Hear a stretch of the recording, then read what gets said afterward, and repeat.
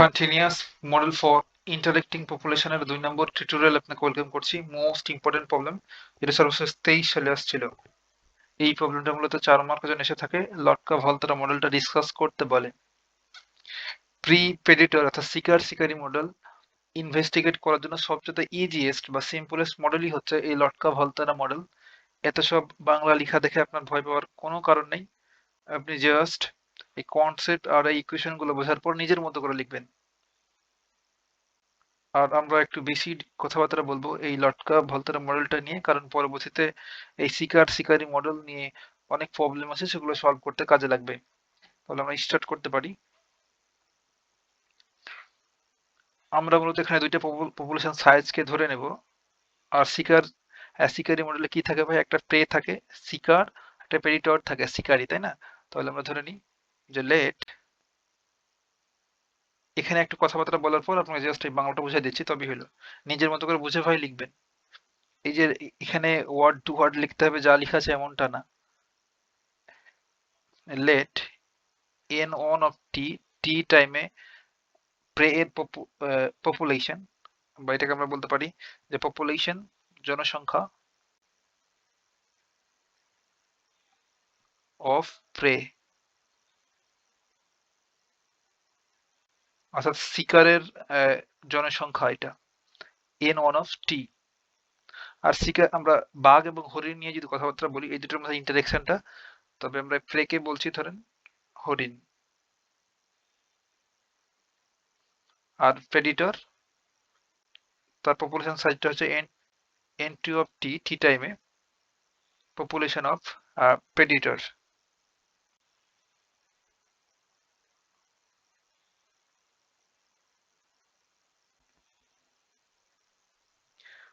আর এই লটকা ভলতার মডেলটা ডিসকাস করার জন্য কিছু অ্যাজাম্পশন ধরে নেওয়া হয়। এসবটা রিয়েল লাইফে এগুলো অনেকগুলো সত্যি না ভাই, কাছাকাছি সত্যি, বাট এগুলো অ্যাজাম্পশন ধরে নেওয়া হয় এই ইকুয়েশন বিল্ড করার জন্য। অ্যাজাম্পশন গুলো যদি কয়েকটা লিখে এখানে পরবর্তীতে কাজে লাগবে।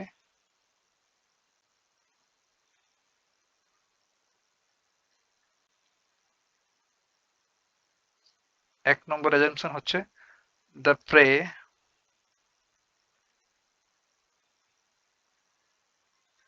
হ্যাজ, আমরা এই লটকা ভলতার মডেলে ধরেই নিই যে যে এই শিকার বা হরিণের আনলিমিটেড ফুড সাপ্লাই আছে। হ্যাজ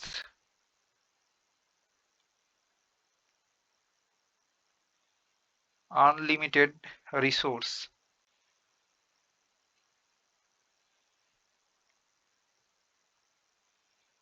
অর্থাৎ হরিণের যে খাবার ঘাস লতা পাতা, সেটার কোনো শেষ নেই, অর্থাৎ কখনো ঘাটতি হবে না, আমরা ধরে নিই। আর আরো ধরে নেওয়া হয় দ্য প্রেস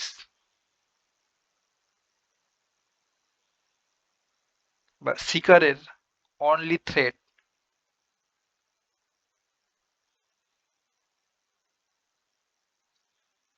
ইজ প্রেডিটর।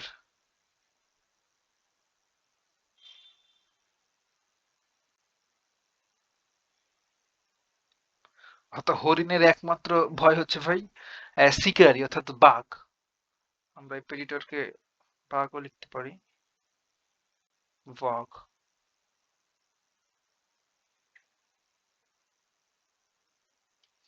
প্রাকৃতিক দুর্যোগ কিংবা রোগের মাধ্যমে তো কিন্তু প্রেস অর্থাৎ শিকার হরিণ তো মারা যেতে পারে, তাই না ভাই?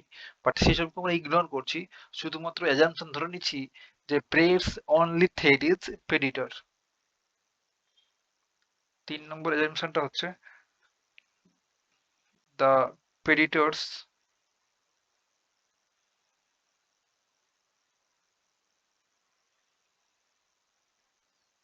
Only food supply,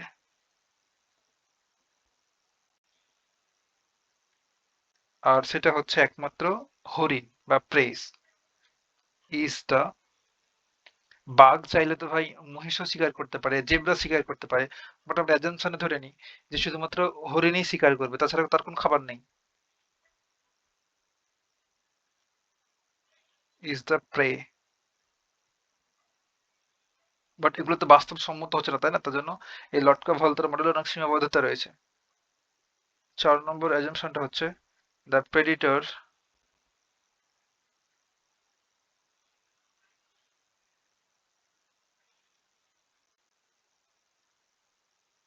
growth depends on the, এসব আপনার নোট করার দরকার নাই, জাস্ট একটু দেখে বুঝবেন তবেই হইল। প্রে ইটস ক্যাচেস, অর্থাৎ বাঘ যত বেশি হরিণ শিকার করতে পারবে তার গ্রোথটা বা বৃদ্ধিটা তত বেশি হবে। এই 4টা জেনশন ধরে নেওয়া হয় লটকা ভলতারা মডেলটা দাঁড় করানোর জন্য। আর এখানে কিছু প্যারামিটার থাকে, সেগুলোর যদি একটু বলি, এগুলো লাগবে ভাই পরবর্তীতে। যে A1, এটাকে আমরা বলি দ্য গ্রোথ রেট,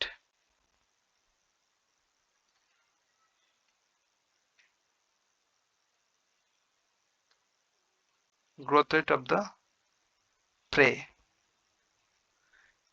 শিকারের বৃদ্ধি হার বা গ্রোথ রেটকে আমরা A1 দ্বারা ডিনোট করি। আর A2, এটা হচ্ছে ডেথ রেট অফ প্রেডিটর, শিকারীর মৃত্যু হারটাকে আমরা A2 দ্বারা ডিনোট করি। আপনার বইতে অন্য কিছু অ্যালফাবেট ইউজ করতে পারে, বাট অ্যালফাবেট তো ব্যাপার না, ব্যাপারটা বোঝা জরুরি। আপনি চাইলে এখানে এ এর পরিবর্তে বিও ইউজ করতে পারেন, এখানে A2 এর পরিবর্তে পিও ইউজ করতে পারেন, কোনো প্যারা নাই।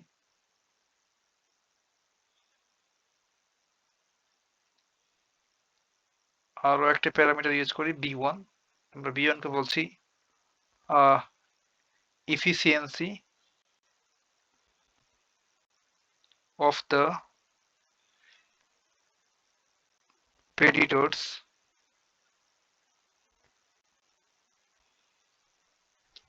ability to capture prey,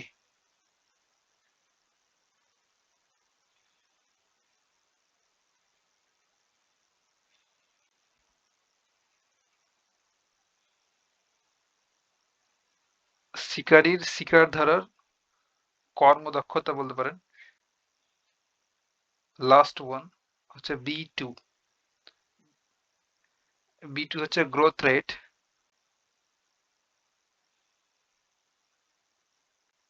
rate of the predators, শিকারীর বৃদ্ধি হার। এই ছিল আমাদের কথাবার্তা।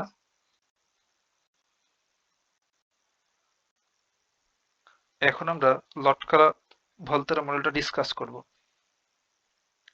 আমরা প্রথমেই যে কন্ডিশনটা চুজ করি সেটা হচ্ছে যে আমরা ধরে নিই, এখান থেকে একটু বলি তবে হবে, যে দুই প্রজাতির শিকার শিকারী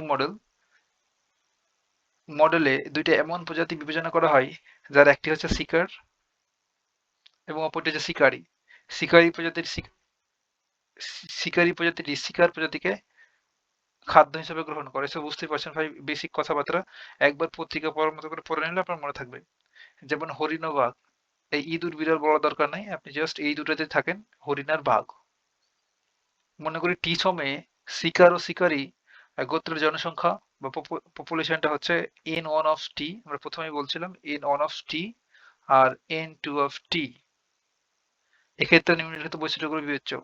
এই যে ফার্স্ট কন্ডিশনটা হচ্ছে এমন, যদি এমন হয় যে যদি দ্বিতীয় প্রজাতি অর্থাৎ শিকারী অনুপস্থিত থাকে, আমাদের N2 অফ টি বলছিলাম যে প্রেডিটরের পপুলেশন যদি এটা জিরো হয়ে যায়, এটা অনুপস্থিত থাকে, তবে প্রথম প্রজাতি অর্থাৎ শিকারের পরিমাণ সূচকীয় হারে বৃদ্ধি পাবে বা এক্সপোনেনশিয়ালি গ্রোথ হবে।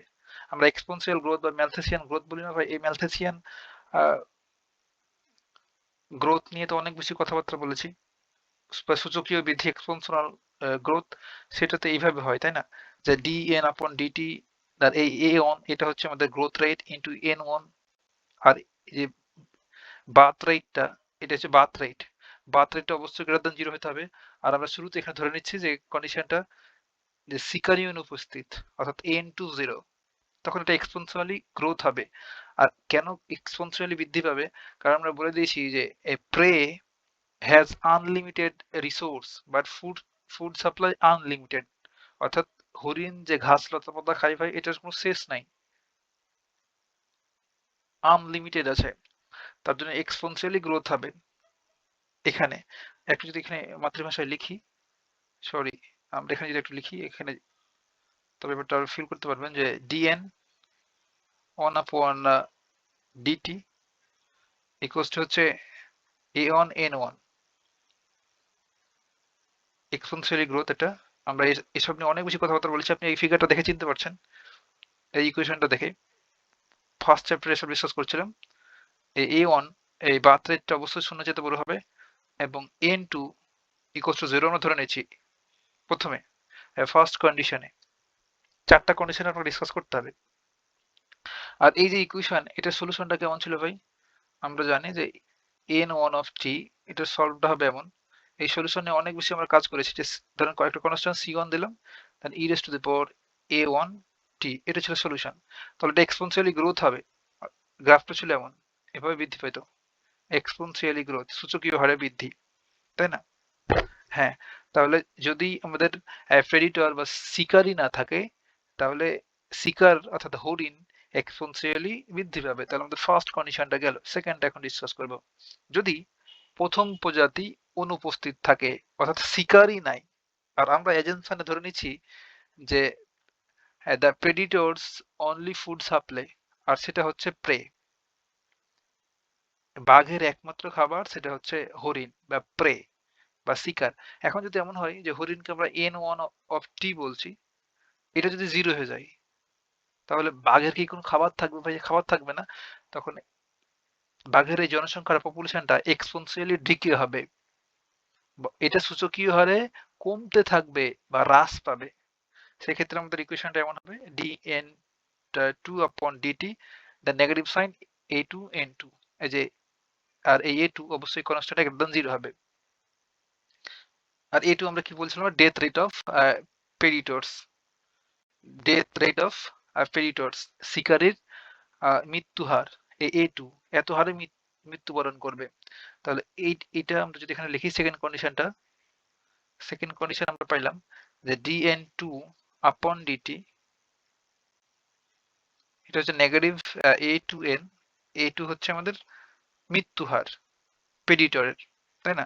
তাহলে এটার সলভটা হবে এমন, এটার সলিউশনটা হচ্ছে এমন n2 of t equals to c2, একটা কনস্ট্যান্ট বললাম এবার, দেন e raised to the power negative a2t। তাহলে এটার গ্রাফটা কেমন হবে ভাই? এক্সপোনেনশিয়ালি ডিকে হবে, সূচকীয় হারে হ্রাস পাবে। তাহলে গ্রাফটা আমরা প্রত্যেকে চিনি, জাস্ট এই দিকে আসবে, নিচের দিকে এক্সপোনেনশিয়ালি ডিকে হবে।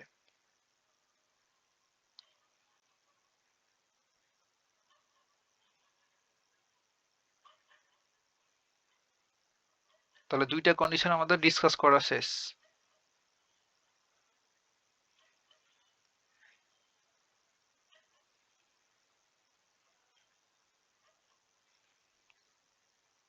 এবার থার্ড ওয়ান, শিকারের সংখ্যা বৃদ্ধি নির্ভর করবে তার খাদ্য গ্রহণের উপর, অর্থাৎ শিকারকে কতটা আক্রমণ করবে তার উপর।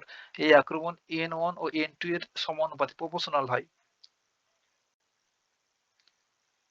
অর্থাৎ শিকারীর সংখ্যা, অর্থাৎ বাঘের সংখ্যা বৃদ্ধি নির্ভর করবে তার খাদ্য গ্রহণের উপর, অর্থাৎ শিকারকে কতটা আক্রমণ করবে তার উপর, অর্থাৎ n1 প্রপোর্শনাল টু n2। অর্থাৎ n1 যদি হরিণ হয় আর n2 হচ্ছে বাঘ, তাহলে এদের যত বেশি দেখা হবে, দেখা হলে কার বিপদ ঘটবে ভাই? হরিণের। দেখা হলেই তো হরিণকে ধরে ফেলবে বাঘ। তাহলে যত বেশি দেখা হবে তত বেশি শিকার হবে বাঘের, তত তার সংখ্যা বৃদ্ধি করবে বাঘ, আর হরিণের সংখ্যা কমতে থাকবে। তাহলে দুটো প্রপোর্শনাল হবে, তাহলে গুণফল। আর ফোর্থ কন্ডিশনটা হচ্ছে যে এখন আমরা এই ফার্স্ট কন্ডিশনে দেখলাম ভাই যে শুধুমাত্র প্রে এক্সিস্ট করছিল, অর্থাৎ শিকার ছিল, শিকারই অনুপস্থিত, তখন এইভাবে এক্সপোনেনশিয়ালি ইনক্রিজ হচ্ছে। বা গ্রোথ হচ্ছে ম্যালথেসিয়ান গ্রোথ অনুসারে। আবার যখন দেখলাম যে প্রে জিরো, অর্থাৎ হরিণ নাই শুধু বাঘ, তখন বাঘের সংখ্যা খাবারের অভাবে এক্সপোনেনশিয়ালি ডিকে হবে বা ডিক্রিজ হবে। এবার এই ফোর্থ কন্ডিশনে আমরা বলছি যে দুটাই সহ অবস্থান করবে। এটাই মূলত আমাদের লটকা ভলতারা মডেল, মোস্ট ইম্পর্টেন্ট, বা শিকার শিকারি মডেল বলতে পারেন। এই ফোর্থ কন্ডিশনে দুটাই সহ অবস্থান করবে, শিকারিও থাকবে শিকারও থাকবে। শিকারীর সাথে শিকারের সাক্ষাৎ শিকারের জন্য ক্ষতিকর, বুঝতে পারছেন। অর্থাৎ বাঘের সাথে যদি হরিণের দেখা হয় তাহলে হরিণের বিপদ, আর বাঘের তো ভালো, শিকার হয়ে গেল। এবং শিকারের জন্য উপকার, অর্থাৎ শিকারীর জন্য ইহা ধনাত্মক এবং শিকারের জন্য নেগেটিভ। নেগেটিভ এটা আমরা দেখেছিলাম যে predator prey plus comma minus, আগে ডিসকাস করেছি, তাই না। এখানে যে A1 বার্থ রেট, এটা হচ্ছে ডেথ রেট। A1 হচ্ছে বার্থ রেট অফ প্রে, হরিণের আহ, জন্ম হওয়ার। A2 ছিল আমাদের ডেথ রেট অফ প্রেডিটর, বাঘের মৃত্যু হার, তাই না। কে দুই প্রজাতির যথাক্রমে জন্ম ও মৃত্যু হার বলে। B1 কে শিকারী দ্বারা, শিকারী এই যে গ্রাহী পরিমাপক বলে, আর V2 কে বলে দ্বিতীয় প্রজাতির, অর্থাৎ শিকারীর ক্ষমতা। বিবেচনা করলে যে গাণিতিক মডেল পাওয়া যায় তাকে আমরা এইভাবে প্রকাশ করতে পারি। এই মডেল দুটো আপনার সুন্দর করে মনে রাখতে হবে। এই দুটাই হচ্ছে মূলত শিকারের জন্য লটকা ভলতেরা মডেল। মোস্ট ইম্পর্টেন্ট ভাই, যে এক জোড়া অর্ডিনারি ডিফারেনশিয়াল ইকুয়েশন, এই দুটোরে বলে system of ordinary differential equation. তাহলে n1 upon dt equals to a1 n1 minus b1 n1 n2। দেন এখানে জাস্ট আমরা যদি n টাকে কমন নিয়ে ফেলি, n1 টাকে, তাহলে সুন্দর একটা ফিগার আসবে যে a1 মাইনাস b1। আপনার বইতে ভাই এই যে a1 b1 এসব জায়গাতে অন্য আলফাবেট ইউজ করে থাকতে পারে, বাট সেগুলো আপনি মিলাই নেবেন, কিভাবে ব্যবহার করে লিখেন কোনো প্যারা নাই। দেয়ারফর dn1 upon dt, এই ইকুয়েশন আপনার মনে রাখা লাগবে। আর সেকেন্ডটা হলো dn2 upon dt equals to negative a2 n2 plus b2 n1 n2। এক্ষেত্রে n2 টা কমন নেওয়া হয়, n2 টা কমন হলে এখানে negative a2 plus b2 n1। এই দুটো ডিফারেন্সিয়াল ইকুয়েশন মনে রাখলেই আমাদের কাজ চলবে পরবর্তীতে প্রবলেমগুলো সলভ করার জন্য। এটাই ছিল আমাদের লটকা ভলতেরা মডেল প্রে প্রেডিটর এর জন্য। এতটুকুই ভাই, কথা হবে নেক্সট টিউটোরিয়ালে।